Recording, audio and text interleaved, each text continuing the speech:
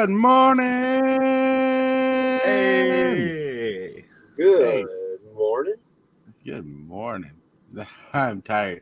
I had 2 appointments today. One at 10 o'clock in the morning, and they called me like at 8 something to cancel it. I'm like, crap, now I can't go to sleep. I can't go back to sleep. Yeah. Oh, The worst. it is the worst. How are you guys doing today? It's a lovely day. Oh, yeah. I'm blinding myself with my own glare. I was going to wear my glasses today to realize the laptop glares on them badly. I'm like, no. There we I go. was That's a little going bit to make better. a joke about how I'm putting on my serious face for today's topic. Ooh, serious FaceTime. Yeah, you know. But no. Serious face. Serious face. Yeah, you know. Serious face. Yeah. So, really quick, a shout out to our sponsor, Carnes Autopia, who makes sweet, high quality dice bags, dice boxes, jewelry, MTG ornaments, and other accessories. Check her out. Link is in the description. And soon we'll be in chat. Right now, I'm double checking on something. Yeah, there you go. There you go. Yes. I want to welcome TCG Dude to the stream. And yes, I have a fan made for him already. Hey, thanks, Yeah. man. I appreciate it. I Yeah. was just double audioing over here. Opened up your page like a dork. I was going to share it. Sorry about that. But yeah, no, thank you. This is my first time being on in the show. Coffee with the Tortoise. Oh, yeah, son. And actually, I did make coffee, but I left it in the kitchen like a dork. So, yeah, Well, I guess water will have to suffice today. You can hide your camera for a minute and go run it and grab it really quick. You need your coffee. I got my coffee. It's nice, hot, fresh, mixed with hot cocoa, a little bit of marshmallows. Okay. Oh, fancy. Yeah. Pinky's out when you drink that kind of coffee. Well, so the wife spent money to get extra storage for the kitchen that I showed off before. And she wanted a coffee station because she wanted a whole place to store coffee things. And ever since then, she's been like, make sure we had hot cocoa there. And I love mixing hot cocoa in my coffee. I've done so since I was a kid. I drank coffee as a kid. Hey, Tortoise. I'm just kidding. Tort, don't take this the wrong way, but I love your wife more and more. Oh, no. You watch yourself, mister. She's got a whole coffee station going on, man. Oh, yeah, coffee I'm station. coming over. You can come over. Just, you can't wear your birthday suit, so just remember that. Mm-hmm. No, I'll wear the Pooh Bear suit. All right, so the topic today Serious is MTG is full of fluff. All right. Yeah, TCG Dude was asking me and earlier what the topic was today, and I was trying to come up with the topic at the moment because my topics come daily. Like I come up with something as I'm watching stuff. And when the topic hit me, I'm like, we get all these fancy collector's packs, these set packs, which I love set packs more than collector's packs, to be honest. But you get all these non-drafting sets, and sure they help the market one way and they ruin the market another, whatever. But the fluff is they're getting too much product, right?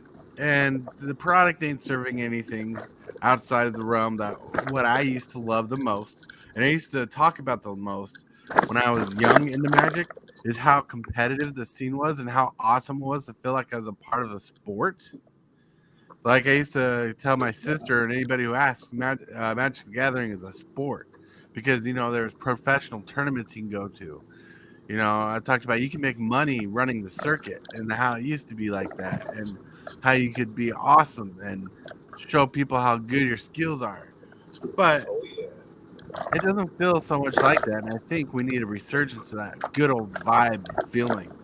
You know what I'm saying? Like, let's make Magic awesome again. I'm not going to say say it the other way because no.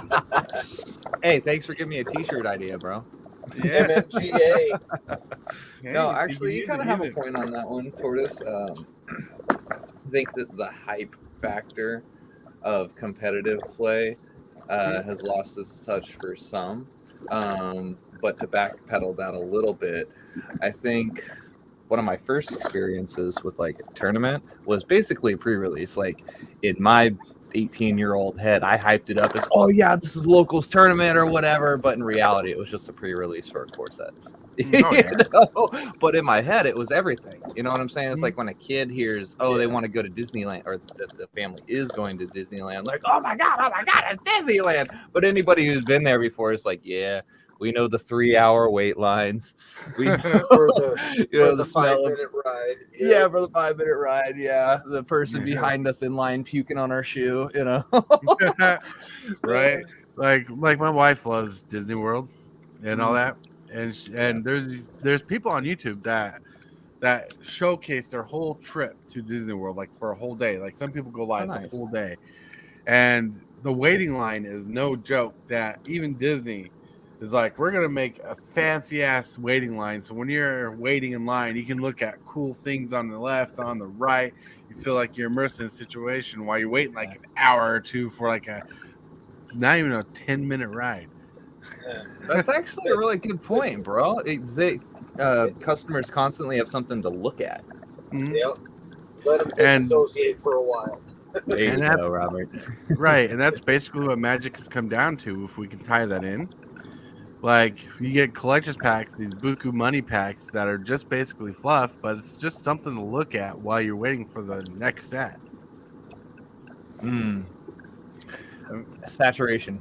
That's a word we've heard a lot, you know, oversaturation of the market. And that's kind of what it is. I mean, it was just draft boxes in the past, just one singular product. And then they moved on to what, you know, the fat packs that had the novels. I'm sure there was other supplementary stuff once in a blue moon or local, you know, but yeah, it's too much products, man. It's just too much. It is too much. But go ahead. Oh, and two, it's not just that. It was back in the day that you could only play Magic one way in person.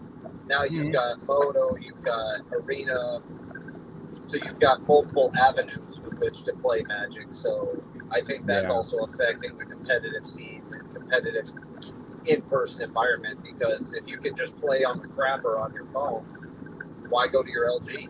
Right. Yeah. That's a good point, because one thing I was about to highlight was one of the best things about Magic as a youngster was I was able to escape reality by going outside the house into a game shop and hanging out with people that made me forget that life was stressful, and I got to play games and hang out with people and build relationships. You know, Magic used to be completely immersive in the world of a player like myself. And now the immersion is all at home. And you know what happens when you're at home all the time? You kind of get cabin fever and you get tired of being home, you know? So with the lack of going to the local LGS, and, you know, I'm not able to attend my LGS to give you the full specs on it, but I know still, since lockdown, it's still kind of tough to keep people in for a full event unless it's freaking pre-release. Yeah. All right. I guess to touch on that, pre-release is kind of the most hype event here in Anchorage, at least. It's the most attended. There are regulars who will go to the constructed events and still keep that alive, but simply having it fire, as they say, is an issue in small places like my town. Right. Really quick, I want to say hello to chat, because we actually kind of just delve into all that really quick. We'll say hello to Darc. Hi, Darc.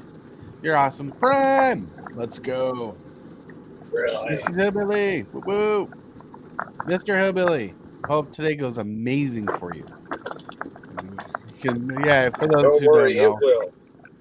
For those who don't know, Mr. Hillbilly, the regular on our show, is going in to get a kidney stone blasted. So we're hoping for the best, and it go the best, you know. Yes, fingers crossed. Yeah, James Willis. What? And Coogie Dude. Hello, welcome. And I'm trying to keep up. That looks like everybody on the roster. Yeah, hello. All right, back on topic, and I want to get into this more because I think the way Magic has shifted is it went from being a very immersive, hyped game that took you outside your own world into a game that just now envelops around your world since you can play from home. I mean, most of the time I play Magic is from right here where I'm sitting now with the camera facing down at the table. Don't have to leave house, nothing. You Yep. know, the way we play Magic has changed a lot. And like the reward system has changed a lot too, because I don't hear anybody hyping about going to the pro tour and coming out and talking about the prizes they can win if they win. And I don't see a lot of content on that, which is sad. And maybe I'm not looking in all the right places because I miss those kind of things, especially on YouTube. Wizards, hint, hint. I want more Pro Tour content back because I miss it. But, Yeah. I loved it. Well, I I mean- think, to be fair, they just fired up the Pro Tour again. I want to say it was, last year? Yeah. And it had been... I wasn't around when they stopped doing the Pro Tour and GPs and such, but yeah, they had just fired it back up again. Star City Games has stopped their coverage. Channel Fireball stopped their coverages. So, yeah, I miss that. Well, yeah, I didn't mean to miss you, Metamonk, but hello. You're amazing, bro. So I guess to touch up on that topic of the Pro Tour and all that, you guys familiar with E3? Yes, and how it's like I just watched it dwindle down a lot. Well, yeah. I mean, as of 2020, they basically shut it down for obvious reasons. Right. Because it's, hundreds, if not thousands of people at convention centers and whatnot. But the point that I'm getting to is the ecosystem. The whole ecosystem of gaming and presenting and data transfer is different than it was 5-10 years ago. And Right. in a similar vein, it's affected the Pro Tour, and with the advent of Arena and Wizards and Hasbro realizing that there's so much money to be had digitally, they're probably really less inclined to do Pro Tour stuff. I'm not doing their books, but I imagine that there's very little profit to be had from those in-person events on their end. Right, right. And I got an extra layer to add to that because it makes sense. And Tortoise sometimes it makes sense is because the E3 thing is a perfect thing to bring up about it. Because I remember watching E3 a lot because, it was one of those things we all watched all the time when it was up. But then you notice companies like Sony would pull out. And they would pull out because they learned they could advertise on their own channel. And they weren't ready for commitment. Right? No commitment. Sorry. That's funny. But, they could do it on their own channel and people would follow them to their own channel. But you know what happened? The biggest thing that stands out to me, the person who cares about how things look when it comes to their own content, is they took out the firecrackers, the fireworks of trying to impress you, and now they just give you the data straightforward. Because remember, you watch those E3 events and all that, like, was it E3, Gen Con? Not Gen Con, but there was another one like E3. I can't remember the name. But, they would promote heavily with awesome displays, also give you a high entertainment value to sell their stuff, and bring up little casual quotes wars between companies to fire that intrigue. Because you remember the PlayStation versus Xbox era, there was a lot of stuff going on where they could was in the mix. That was a menage a trois of drama, sir. Yeah, well, drama bred profitability for both sides. And what happened is they took out the flashiness of what's the word when you're peacocking basically to sell your stuff, where you're trying to look beautiful, extravagant, and amazing, that kind of stuff. Yeah, I know what you're trying to say, but the word's not coming to my mind either at the moment. Like showboating. showboating pretty much, you know. Thanks, Robert. They got rid of a lot of that. You know, like now you watch something like Nintendo Direct or PlayStation Direct or whatever PlayStation calls their release. It's just here's a roster of games coming. Boom. Here's a segment where someone's talking to you. Now here's a roster of another game. Other games coming. Bought out. Here we go. Maybe we're making a movie. Here's what we got going. Yeah, they really took out the showmanship. That's the word I was thinking of. They really took out the showmanship of selling, and now they're just expect you to eat from their hands. And that's what Wizards is doing. That's what I'm getting to. That's what Wizards does. I mean, Wizards at least has their own events. I mean, you know, like with Las Vegas thing happening. What you got to say over there, Robert? You're cutting up, dude. Can you hear me? I think I heard robot balls. Right? That's the extent of what I heard of it. Can you hear me now? Yeah. Yes, sir. Hello? Okay. Verizon. Yep. Love it. Yeah. If you think about the books and stuff, I mean, they're cutting out millions in advertising and hiring actors and developing commercials and stuff. They're just pocketing the money.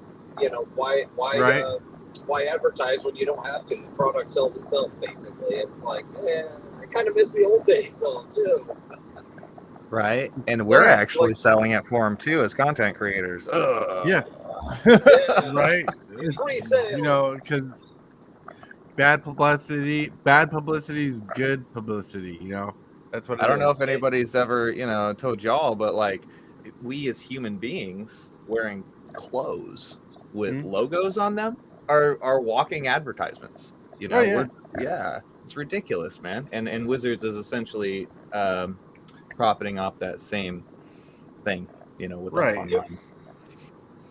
Yep. You're right. That's the thing that we love is that advertisement though. Like maybe because I'm just an 80s kid who grew up on the addiction of watching the Teenage Mutant Ninja Turtles, which is just basically each episode is just a commercial to sell product and stuff. You know, maybe that's just me being addicted to it. But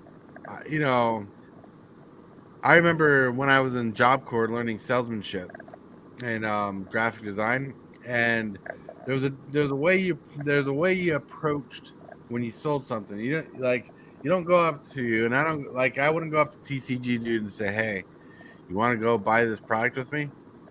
And he could be like, yes, no. He could say whatever, but I didn't try to persuade him, which is what Wizards is doing right now. When what I'm supposed to do is like, dude, TCG dude, check this out. There's this really cool product coming out. You can pull this, and this out, but your chances of getting it is amazing. Your chances of getting this certain card is still there, right? But not only that, we could draft, have fun. I could toil up the different ways of how exciting this product is going to be, then sell it to him as I'm asking him if he wants to buy this product. That's what Wizards taking out. That's what bothers me. It's like watching something go from professional to unprofessional. Yeah, basically. Yeah. Basically. Anyone else miss commercial jingles? Oh yeah. Yeah. I was just unmuting myself. My bad. I thought I was smart enough to know the keyboard shortcut. No, it's really cool that y'all bring that up because just the other day, me and my old lady were just relaxing at the house and the algorithm just blessed me with a compilation of 90s commercials. And I was like, when they do that. Hold on now. Yeah. And I clicked on it. I kid you not. I was unlocking core memories left and right, bro. I was like, oh, that was a product. That was a thing. Yeah. So, I love it when that happens for sure. Like I got hooked up on watching 80s commercials for like hours one day.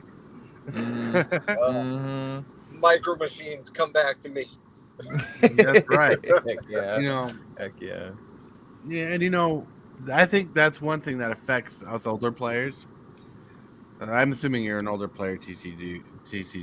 Yeah, I just shaved my goatee a little bit. I look a little bit younger today. That's all. but like when it comes to us older players, is we have those core memories that we made and built outside the TCG world of going to LGSs, trading cards, making deals, late night, like like those nights where that we played Magic for so long the LGS had to close, so us and our friends would go to a fast food joint that stayed open late and order some food and play more Magic there. Yeah, Village and Denny's. There you go. Right? The spot here in the 2000s in Anchorage was Round Table Pizza of all the places, and they had it at the mall too. So like there was an ice rink in the mall, and the Round Table was like on the second floor of that. So it was actually pretty good, setup and whatnot. But I find it so funny that as adults collecting now and being like, "Oh my God, is it near mint or is it lightly played?" We were just casually playing with all our cards next to greasy pizza and Dr. Pepper. Just no problem. Right? If it spilled on it, you just wiped it on your jeans. You're good. Yeah. These Jinkos will soak it up, bro. Right. But the point is we don't have that. And Wizards ain't promoting that, Like, sure, Wizards just wants all the money from your wallet. I get that, but come on, if you're gonna rob me in the legal manner, at least put on some makeup and dine me out. Let's go out to eat. Invite me to a cocktail party, Chris. Right? The fluff. The fluff factor is they're making their product look fancy, but they're not doing anything to make the game look fancy. Where's the meat and potatoes? It's all salt and pepper. Exactly. Like the one thing I cannot express enough as a core memory, since you said the term core memory, I'm going to use it because it's saucy. was the time me and my friend went to the Rise of Eldrazi preview event at our local LGS, and the lengths of actions we took to get there, because we didn't drive, we had to get miles down the road to our LGS, the one we preferred, and all the stuff we had to do to get a ride to get there, the money we had to pay to get there, just to watch a stupid little 5-10 minute video and a preview of Emrakul the Aeon's Torn. Yeah. It was a whole Sam and Frodo trip, huh? Yeah, pretty much. It was a Sam and Frodo trip. And you know what? We loved it every step of the way. Nothing during that trip said, nah, it wasn't worth it. Everything we did was the emotion of events. And I said emotion, like, we felt the moment, we lived the moment, and we made the moment. The key word is emo in that statement. Yeah. I was emo when I was younger. Won't lie.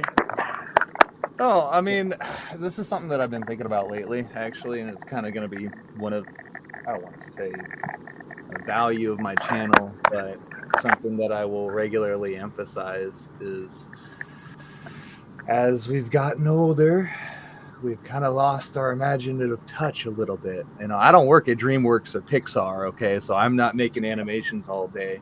But yeah, I think there's a little bit less shiny sunshine to the magic. It's like that South Park episode when Stan just saw everything as crap. Yeah, I remember that. That's what we're like as old Magic players now. Everything's just crap. It's so hard to enjoy, even if we want to, even if we're planning the LGS event, the pre-release event, took time off of work, budgeted money, ask the wife or the girl, set time aside and build up all this anticipation, and then just to get crap cards or even have a sour experience at the LGS. Somebody steals your binder, somebody nicks your car in the parking lot. You know what I'm saying? There's like so many layers to Magic now as an adult that it's kind of took the fun out of it just a little bit. Yeah, right. You're dead on. You're right. So many layers. We love the game still. It's just we change and the game changed. It ain't one of those things where we grew out of Magic, because we're not growing out of Magic, but our taste in Magic has evolved as we grow older. That's why the difference between collectors and players range in ages a lot. but also the game has changed a lot, and most times when a natural change happens, we kind of grow with it. But what makes it feel unnatural is we've seen all the changes Wizards have made. We've watched them go from slow rotation sets to a quick rotating format to going back to the format. Then we watched the product go from here's the first secret lair kind of thing we did in Ravnica. Then we watched them blossom into doing secret layers. Then we watched them start their first collector pack kind of thing. Then we watched them grow their collector's packs, and we watched the company grow. And during this time, as we got more conservative with our budgeting and more conservative with our play formats, like the way we play the formats and whatnot, a lot of that change, a lot of that growth, we watched and seen happen. But now, on top of that, lockdown happens and everything dramatically shifts in a time where it was both depressing and fun because a lot of people didn't have to work during that time. It was both depressing and fun. Where Strange times, right? It got everybody into Commander. Everybody loves Commander. Commander became the highlight. Then that's where the shift happened. The Commander format went from boom.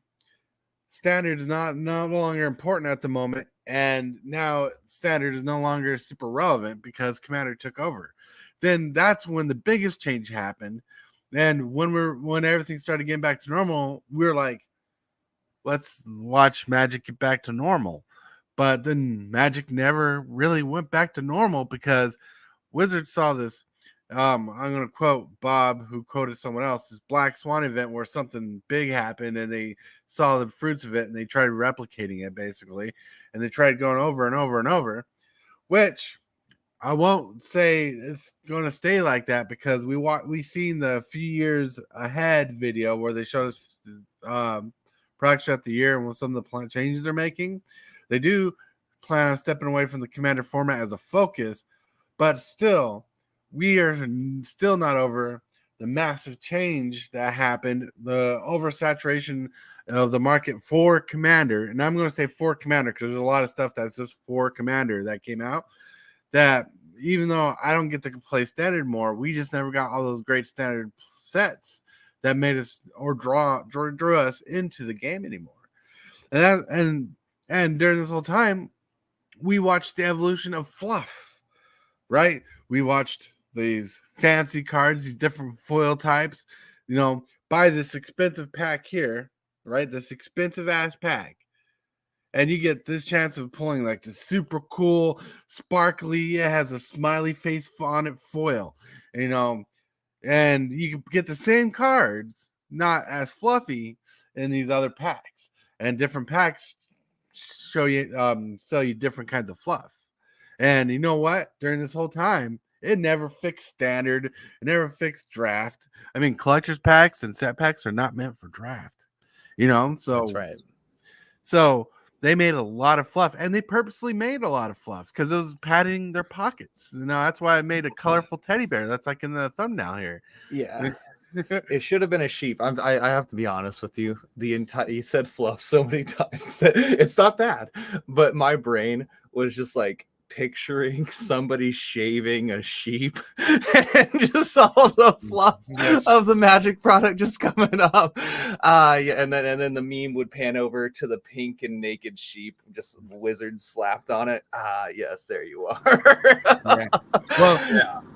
So I got a thumbnail made for Mail Day with Paws because I got Mail Day from Paws, and I did a colorful bear. So I just recreated an AI generation of a colorful bear and just used it because it was simple and easy. Yeah. But I wanted it to stand out. But bears are full of fluff, like stuffed bears. That was the whole point. All right. What do turkeys and bears have in common? Stuffing. Jeez. No, I actually have noticed you've been using the AI for your thumbnails. Not to knock any potential artistry that you may possess, but it looks pretty slick. Saves you a lot of time. Oh yeah, that's why I love it. It does save a lot of time. Like I know Tabalt. Hello, Tabalt, who's in chat. He uses AI art too, and as long as you know what you're doing and get creative with it, it looks pretty good.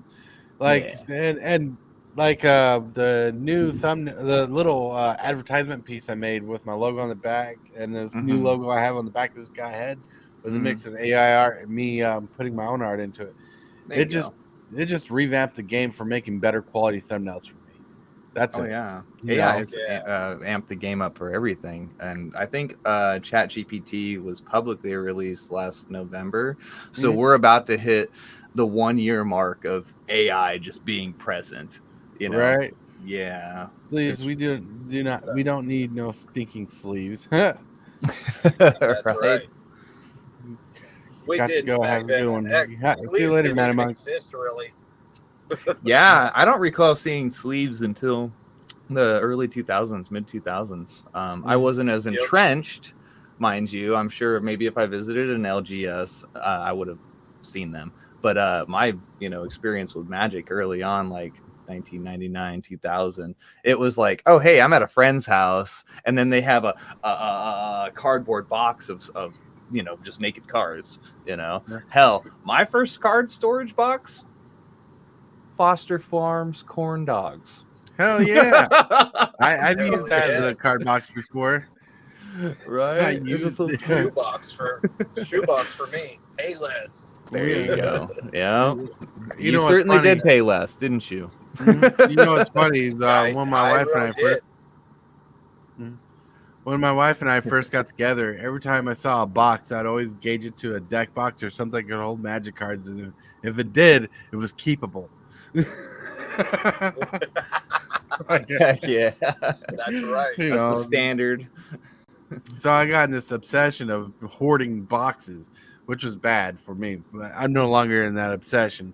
But holy cow, it was insane. I'm still there super fast. I still take apart Amazon boxes and fold them so that way I can use them later. There you go. You never know. You never know. That's right. Well, that's because Amazon's not USPS, because if it was USPS and you had a priority box and you flipped it inside out, it would still say priority on the inside. And if nobody understands the relevance of why that's important, well, you never tried to rig the system before. Yes, I stand here on my moral high ground. I've never done that. Priority costs certain amounts of money, right? Oh, dude, yeah, it's a lot. Right? Then it's not horrible, but for what you're shipping, it costs a lot. Well, you can get USP boxes for free off the internet website, right? And people would do this to save money, right? Because they get the priority box, but to save money, they'd ship it under another thing like Parcel Select, where it's cheaper, and they'd flip the box inside out. Then they would use the inside of the box as the outside, and then they wouldn't be charged priority prices. That's big brain thinking right there. I'm sorry, but yeah. Right. So UPS, I've heard that. USPS caught on. So now when you get these free boxes, it says priority on the inside too. Those bastards. Yep. Trying to make money. What the hell? Yeah. How dare you foil my cardboard? Right. Foil my cardboard. It'd be cool. Thank you. It'd be cool. I don't know if it exists, but if it does exist, if you can find, you can get custom sleeves and stuff, like custom sleeves, custom deck boxes. If you could get printed custom cardboard boxes, like foiled or whatever, like product at a cheap minimum rate, because I think companies pay a high rate for like a small rate but high cost for large product sales. But get them shipped so you can design your own boxes to put on the shelves or something, or put your cards in. That'd be awesome. Use your own art or some AI art. That'd be sweet. Could do that. Here's a practical, or maybe not so practical, but another solution for that. If you were trying to promote your own business and you're shipping a lot of items and you want to put your logo on your cardboard box, Mhm. just make a stencil, one stencil, and just spray paint it. Just one quick black. You know what I'm saying? Oh yeah. I've seen people do the same with stamps, like get custom stamps. Yeah.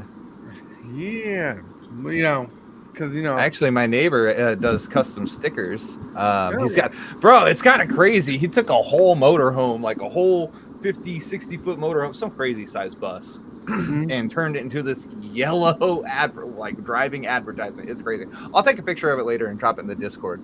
That'd be cool. Yeah, but he actually does, online orders and all that stuff. Not trying to shill for my neighbor, but I'm about to get some stickers for my channel from him, and I can post up the link for y'all. Oh yeah, or something. He's desperate for work right now. I saw $5 custom stickers now. Are these like decal stickers or just regular stickers? Yeah, they actually are decal stickers. You can put them on your car or whatever. They're super durable. That's pretty cool. Yeah, because like in the future, I plan on getting stickers made for the channel when I get bigger and start shipping out cards more often. Yeah, because a lot of trade value there. But right now, as not too shill, but it's, no matter how I say it, it's gonna shill. Like with my auction coming up, getting those playmats. This is gonna be like the first thing to do, because like we're gonna get playmats, we're gonna get card sleeves for this deck, but the more money we make, the more playmats are gonna be made, so we can give them away. And that's just one step, because the next thing I want to do is like get mugs and T-shirts, to give away, because like I love the fact how well the community comes together most of this time right here. Like this community comes together and stuff. And this is just one step to trying something. Like I'm not trying to make a business out of it. There's no profitability in it. Like my wife won't let me profit. She's like, everything you make goes towards the giveaway. I'm like, fine. The giveaway, let's give back everything, and it makes sense too, because the motto makes sense. Anybody who puts in the auction, puts into the auction, and anybody who donates money is expecting to get the stuff out of it, right? Like, well, they'll get the cards out of it, but the giveaway playmats will be given away to the people who've tried getting in. I mean, if we make a certain amount, I'm just gonna get all the playmats, make as much as I can for each person who bought into it, and send them a playmat. Like that's my plan. Like, this is watching how big it grows. But what I'm getting at is the advertisement factor, because I'm still working on the design of the playmat. Because someone liked that advertisement piece I made as a playmat. I think it was Cosmic, where I had the bald dude with the little tattoo in the back of his head and the jacket. They're like, that's a cool playmat idea. And I'm like, well, that was not my intention, but if people like it, we can do it. And I mean, there's multiple ways to get your products out there and to get your logo and design on things, Oh yeah. Yeah, because one thing I'm trying to learn more is branding, because I want to be more than fluff. Oh yeah. Like I'm trying to learn branding. That's why I made myself a second logo, a symbol, because like when I was denied, for a minute there, the place I get the playmats designed through would put a YouTube logo on a playmat if it's like a singular playmat, but now they don't do anything. They don't do that because I guess there's like some trademarking issues. Yeah. So they don't do that anymore. So I got frustrated because I had to take that off my playmat. So I'm like, I'm going to design my own symbol, because if I have not only my logo, but I have this symbol, I can post in different places and get people to recognize one of two things. I got a two-forked prong saying if someone recognizes this, they can tie it to me. If someone recognizes this, they can tie it to me. If someone sees both, they know they found the right person. It's a map. It's a map. Oh, jeez. So like, because I'm trying to brand out. Like, because I'm trying to make myself an image that will sell. Because I'm not that great looking. My wife says I'm great looking, but I don't believe her. I think Well, it's her opinion that matters. So.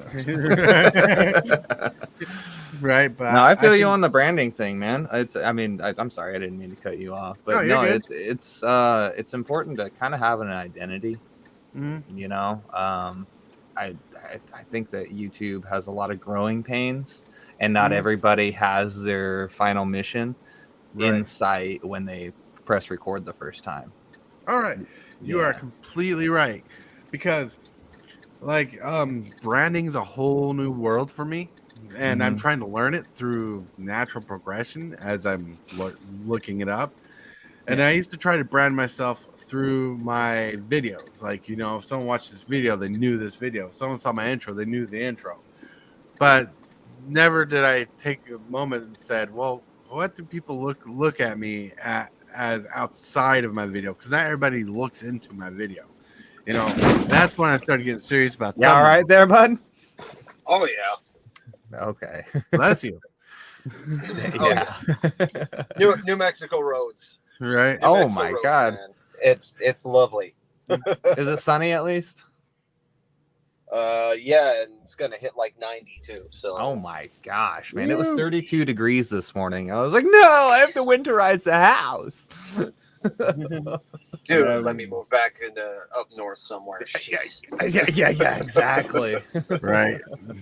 Winterizing the house is what I'm familiar with. Am I mistaken? Winterizing, but yeah, no, winterizing. I'll deal with winterizing, just not having to have my AC on 10 months of the year. Right. Yeah, there's nothing enchanting about that, right? No, not at all. Well, if you want to know something that helps a little, is if you get blackout curtains for all your windows. I've done that. Yeah, it drops the internal temperature of the house from 90 to 80, but that's too hot. Still too hot. It is warm. That's for sure. Right. So no, but it helps regulate the temperature inside the house is what I'm saying. Oh yeah. That's what the wife did, and she loved it.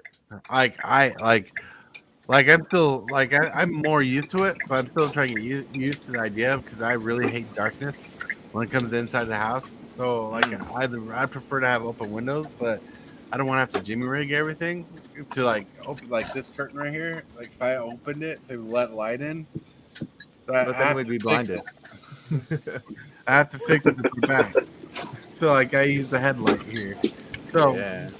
But because I'm a really natural light person. So when I take breaks, I'll go outside, walk around a little bit, or just chill, just get some natural light, then come back in because natural light's good for your mentality, your psychology. Get that vitamin D. That's right. Right, but going back on course, like we was talking about branding. Like I said, I started working on my thumbnails because one of the things I worried about was making a thumbnail that was clickbait but wasn't clickbait. Right, something that falsely sells the video. Right, I didn't want something misleading, but I wanted something that wanted people to click, and that's why I started using AI art when I discovered it. But then I started thinking later, like recently, I'm like, because I made my first advertisement, and I'm like, let's make an advertisement piece. And I made the bald dude with the leather jacket, and I'm like, when I watch Morning Coffee, I'm part of the creep. I'm like, let's throw that up. Then Cosmic Seed's like, that's a cool playmat idea. I'm like, I did not think of that. So when he said that, it unlocked this revelation in my brain. Like maybe I'm looking at branding in not the right light. Yeah. Which Wizard of the Coast is great at branding. Yeah, no, it's hard to establish your route or to carve out your niche, unless you absolutely already know, I love Magic, I love gameplay, and I'm gonna videotape it, and that's all I'm gonna do. I mean, have at it. But I mean, there's a lot more to YouTube than just one type of video, and I don't know, man. There's a lot of competition out there, and one revelation that I had in my growth studies is, with branding, I've been trying to learn a lot from different resources, and that's part of the reason why I changed my logo. Oh crap! I got lost in the sauce there. I'll try and bring it back, but yeah, man, changing up your game plan is good. Oh yeah, not sticking with just one thing. You know, like Right. you got to be able to diversify, but know yourself as well. You know, like TCG dude. You know, I got the cool sunglasses on. Do I live the sunglasses life 24/7 as me? No. No. But as the persona, as TCG dude, oh yeah, man, I gotta put Right, on. Well, you know what's funny? You know what's funny in that realm of branding? Because when you're a YouTuber and you're trying to find your identity, which I believe I'm still trying to find it, but I feel like I'm more supplanted now than I used to be. Is you just try different things to see what catches, and you like I've made different kinds of videos. I tried doing a podcast a long time ago that just failed horribly. That I put my heart and soul into. And whatnot, because I'd script out really bad, and like not really bad. I script out. Curiosity, what was the topic? Cube design. Oh, so it was a magic related. Oh, Right. Okay. I saw a few. Well, I didn't watch it myself, but I saw on my feed that you were doing the cube thing, and so you were podcast forming that. Was it you and a couple other people? Or were you just monologuing? It was just me reading a script, basically, that I wrote. But that's a lot of work. It was a lot of work, and I really sucked at talking because, like, one of the things I know one of my weaknesses for the longest time was talking, like sounding good on camera or on microphone, and I've had to go through a lot of struggle to not sound boring, you know, and so. I think I've come a long way from that. But trying different things, one day I was bored and I'm like, I want to do something different. And the thing that made sense is doing something at 11 o'clock in the morning, because that's an hour after I wake up, because I wake up at 9. And I usually fiddle faddle around 9, and around 10 o'clock I do a chore, eat something. And I'm like 11 o'clock is in the perfect time frame if I do something for an hour, and that's when my brain's actually like waking up and wanting to be active and talk. And I'm like, I'm going to try to start this. You're firing on all cylinders at that time. Exactly. And I'm like, I want to start this thing, and at first I don't think it was called Morning Coffee, but I think I called it Morning Coffee because it's like. People know when I wake up and it's morning coffee, I'm drinking coffee. In the Shell came later.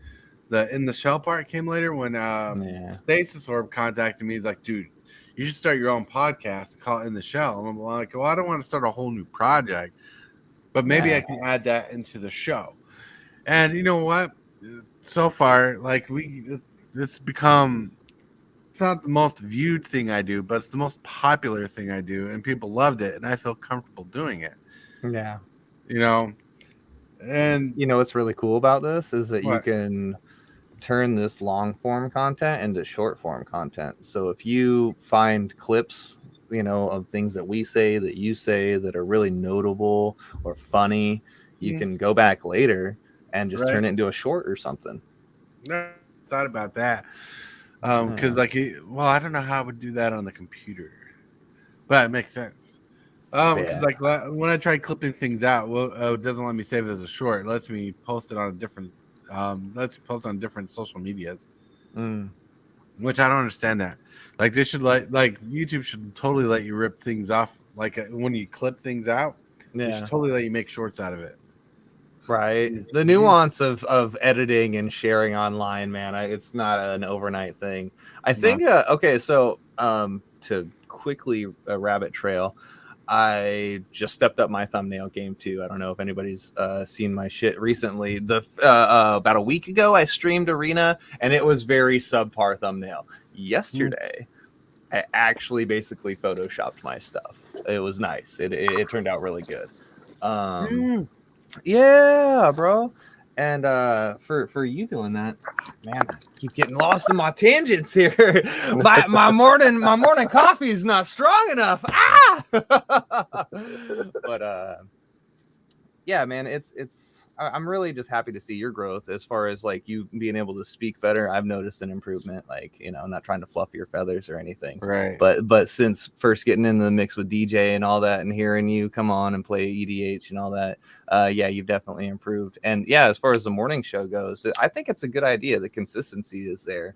It's funny when I, not to knock your hustle or anything, but when I first saw that you were gonna do a magic coffee show, I was like, not another one. Dang it, not another one. Because we got Nikachu, Magic Arcanum was doing his thing for a while, and then there's a couple others, I'm sure. But realistically, you've carved out, there we go, we got back to it. You carved out your time slot and what works for you in the frame of your life. You know, it's not too overwhelming to just, you know, make breakfast, make your coffee, sit at your desk, and then click record with a couple invites, and y'all are just talking about Magic for the day for an hour. And it doesn't always have to be about Magic. That's the beautiful thing. Like I didn't want something that had to be completely scripted. You know, like we started on talking about Fluff, but now we're just talking like we're at a lunch table or something. You know, like we used to. You know, you're like, hold on. Hey, and you know, as far as the cube thing goes, okay, so you tried something, it didn't work, and you moved on. A lot of people get stuck on like the failing business fallacy or whatever, or the sunk business cost. I forget what the terminology is, but basically, if you have a business and it's failing, and you think, oh, if I put more money into it, it's certainly going to be okay. That's a fallacy that a lot of people live by, and you obviously were able to move on from that project, and good on you. All right, check that out. I edited the Nightbot link for TCG Dude. Now there's a link to his channel if you want to check him out and give him a little subby sub. Hey, thanks. I appreciate that. Yeah. You know, Robert, did you make your destination safe, sir? I heard you turn signaling in the background earlier. Oh, yes. Oh, yeah. I'm sitting here parked at one of my stores right now. Nice. Nice. So yeah. So like one of the things I remember, because like as a point of advice to other people who might want to do their own kind of thing on their own channel, is when you're trying to figure out what you want to do, if you want to do YouTube, is don't try to be like everybody else, and don't try to be different like from everybody else, right? What I did is, like with my MTG3 series, what I did is I took the most fun times I've ever had with streaming or watching videos, and I wanted to implement the fun things I loved into what I did. You know, don't make it less work, make it more fun. You know, because the more work you put into it, it's going to be based on how much you love it, not how much you have to do it. You know, that's why, like, I'm not, like, I know some of my lives are not the greatest compared to others, but it's all right. As long as I'm having fun, the content will do what it wants to. I don't care about how people judge the episode day by day. I want the whole thing to be a fun experience. When TCG Dude is on, I want him to have a fun experience. When Robert's on, I want him to I want him to have a fun experience. You know, that's what I want. It's like the topic starts as one thing, but I want people to relax, feel good about it. I want people to like say, "Hey, I was thinking about this," even though it's different from the subject. Because there's a topic that this show starts on, but I wanted to feel like, hey, we're at a lunch table, like at school, and like, hey, do you remember this? Or how about Pogs? Do you remember Pogs? Those are fun, you know, or those are stupid. They still play those in Hawaii every day, bro. I don't know. It's crazy. Right? Right. But the one thing I know about my show is the one thing I wanted to do is keep it consistent, but it's evolved because it's evolved to fit different people's needs for YouTube, right? I started 1 day a week, went to 3 days a week, went to 4 days a week. Now I'm every day of the week. And it's because other people want my content. And I'm like, okay, I can grow with that because every day I'm not going anywhere. And I'm not changing anything out of my life just to do it. And, you know, I don't bring people on to carry the show for me. but I bring people on so we can have a discussion like we Back is would so at a lunch heavy. table. Carrying the conversation. Oh, you do not know how much I worry about people thinking that I'm carrying they're carrying the show for me, because that, like, I try to control everything, but I try to keep it natural. But at the same time, I try not to worry, because I worry about, people thinking, dude, this guy is gonna have these people carry the show for him. I'm like, no, there's a topic, and I'll take over when I can. Right. Because you know what's cool when- though, man? It's just like if you think of it like Conan O'Brien or Jay Leno, those late night talk show guys. Sure, their names were there and people knew their show, but it was always really exciting when they had an extra special guest, right? Yeah, Yeah. So that was the best time to go watch. ahead, Robert. Right. Right. That was right. And one thing I want to be able to do, if I can do it more, is get more people to invite on. Like I said, if I had more time to know you was coming on, TC dude, I'd make you a highlight of the thumbnail. Like, Ooh, I feel so special. right? Well, it's because one thing I care about is making people feel good about being on here. I want the experience to be good, but I'm happy you're here all together, all the same. I mean, a new face, a fresh face on the show, even though we've been together on DJ's channel. But yeah, we've been in the mix before, but it's my debut on your channel. yes, and that made it awesome. That makes it awesome, and the fact that you jumped in on a day Hillbilly can be here makes, like, I don't know if it's intentional, but made it feel like you cared about the show enough to show up to replace him. I had no idea about his status. I'm gonna be honest, I was just having a good day and I was prepared. And I was like, you know what? I've been trying to do this for a minute now. So it's finally just time to take the plunge and do it. Because the more regular people we can come filter in and out, the better it is. I mean, like, I'm not trying to take from other people's steam in the community. You might think I'm trying to take their steam, because that's not my point. It's not my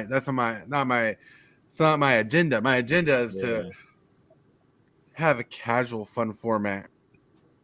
There has to be a topic so I can put it in the title, but I'd rather you talk like if you had one day wanted to discuss the most amazing Mountain Dew you ever tried. Yeah, I don't even know if you be like, this new flavor came out, and it is banging. I want you to love me some live wire, bro. That orange live wire. Oh yeah. I want you to feel comfortable. Be like, hey, dude, this is what happened. Like, when you're like, I keep referencing like the lunch table at school. When you're at a lunch table, you always go to kind of impress your friends. Everybody's there to kind of impress their friends, to talk about their day, and like, did you see that cool new show, that cool new movie? That kind Look of what I got for lunch today. You know? I got a PB&J with Nutella. I want people to feel good and comfortable, like they're reminiscing, talking, because maybe you got that cool new little, what do they call those little skateboards, those fingerboards? Those tech decks, bro. Tech decks, yeah. I actually have, man, it's not on my wall, but I got one of those rare collectible ones from Walmart the other day, bro. I was like, yes, I'm 9 years old again. Right. And that's the point. I want you to feel good. And that's why I'm happy to share everything. But we missed a half-hour mark, so I need to show, because like every half hour I try to show like Carnes Utopia again. But we're at That'll the end give of me the a show. copy break, then I'll be right back. All right. Oh wait, is it almost? Oh my gosh, it's been an hour. Yeah. So I gotta chill out Carnes Utopia, where she makes cool dice bags. She makes cool dice boxes. She makes cool ornaments, little dice pets, high quality, homemade goodies. Awesome. Like, man. Like, this dice bag is awesome. I can shake it. It's got 2 pounds of dice in there, and it's not ripping, tearing, stretching, nothing. And she does custom embroidery, logos, icons. It is amazing. Thank you. And I can't wait for my second one. Whew, my second one's coming in. It's going to be nerdy-tastic. You should check her out. Thank you, James, for sharing the command. You are amazing. You all are amazing. Yeah. Woo-hoo. Robert. Yo. How you doing over there? Oh man, just having a lovely day. You lovely day. Lovely day. You know, you should start investing in Pooh figurines, like Winnie the Pooh figurines. And like no, seriously. And just like start gathering like Hallmark ornaments and like showcasing them on a shelf. Then as you get duplicates, you'll buy and as you buy duplicates, like put war paint on all your on your duplicates and make a battle scene out of Winnie the Pooh going crazy. Dude, Winnie the Pooh battle will be awesome. Right? But Yeah. you know what? You know, I'm surprised they haven't done. And if they have done it, I've never seen it. Is why haven't they made? I know there's a bear bottle, but why haven't they made a Winnie the Pooh honey bottle that actually holds honey? I'd have to look into that. You know, but like you know, because Winnie the Pooh, I loved Winnie the Pooh when I was a kid. Tigger and Little Piglet were my two favorite characters off the show. And Right.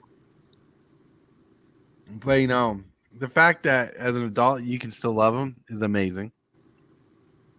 You know, Oh, yeah. I love my Transformers, my Beast Wars Transformers, and my Turtles and stuff.